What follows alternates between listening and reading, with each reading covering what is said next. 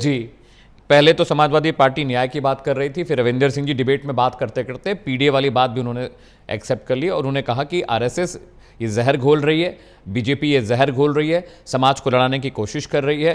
पहले तो रविंदर सिंह जी ने न्याय की बात कही, भाई कथावाचक किसी जाति विशेष का नहीं होता, सभी को हक है इसका करने का। अखिलेश यादव ने एक पॉलिटिकल प्रेस कॉन्फ्रेंस की, रविंदर सिंह जी ने पहले न्याय की बात की, फिर वो उसी लाइन पे आ गए। अमरदीप ने जब सवाल किया तो वो उस लाइन पे आ गए कि हाँ हम राजनीति पीडीए की करते हैं, 90% पीडीए है, फला फला फला बातें की। वो आपके लिए कह रहे हैं कि मैं इनका जवाब देना ठीक नहीं समझता। नीरज, कोई बात नहीं अमित जी, उनकी मर्जी है, वो जवाब देना चाहे न देना चाहे। समाजवादी पार्टी के प्रवक्ता है वो, चूंकि मैं किसी पार्टी का प्रवक्ता नहीं हूँ। दूसरी बड़ी बात जो रविंद्र जी ने कही पीडीए वाली बात, तो इनकी जो पीडीए की स्थिति है कि ये देश में कितना अच्छी तरह पीडीए चलाना चाहते हैं, वो इससे पहले रामगोपाल यादव जी का बयान सेना के प्रति आ गया।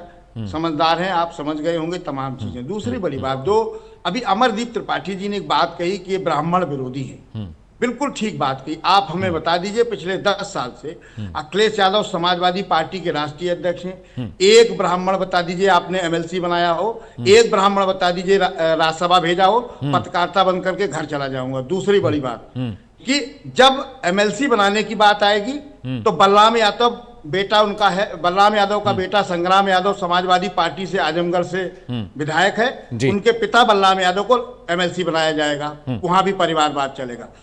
दूसरी बड़ी बात, जब राज्यसभा की बात आ जाएगी तो राज्यसभा में भी किसी ब्राह्मण को नहीं भेजा जाएगा। राजीव क्या नाम उनका, राजीव रंजन ही नाम था, चीफ सेक्रेटरी रहे वो, उनका नाम आ जाएगा।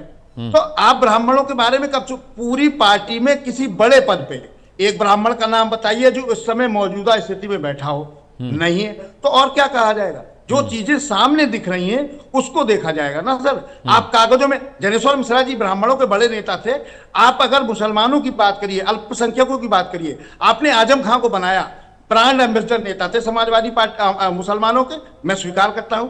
आपने जब यादवों की बात आती है तो आपका परिवार पर्याप्त है, यादवों के बड़े नेता हैं आप। ब्राह्मण बताइए ना, जनेश्वर मिश्रा जी के बाद कोई ऐसा ब्राह्मण जो आपने टॉप लेवल के लीडरशिप में रखा हो, तमाम चीजें ऐसी है, बड़े पद पे रखा हो ना। जो मैंने पहले कहा, राज्यसभा आएगी तो किसी और के लिए आलोक रंजन, सॉरी राजीव नहीं था उनका, आलोक रंजन नाम था, और एमएलसी बनना होगा तो संग्राम यादव जो समाजवादी पार्टी के विधायक है उनके पिता को ही एमएलसी बनाया जाएगा, किसी ब्राह्मण की याद नहीं आएगी।